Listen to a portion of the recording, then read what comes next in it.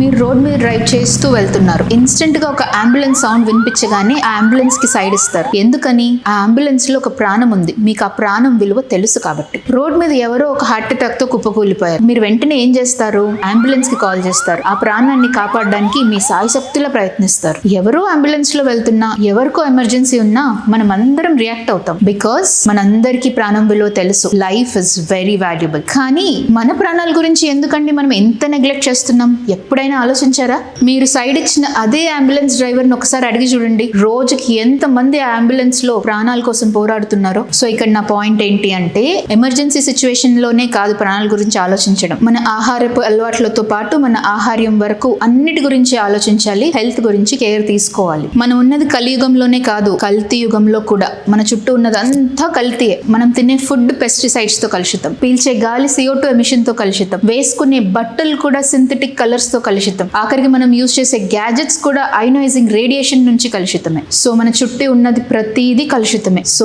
మీ health మీ చేతుల్లోనే ఉంది. మీరే టేక్ కేర్ చేసుకోవాలి. ఇంకో హెల్త్ తోటి కలుస్తాను. మీ డాక్టర్ కార్తికా రెడ్డి. రేపు కలుద్దాం.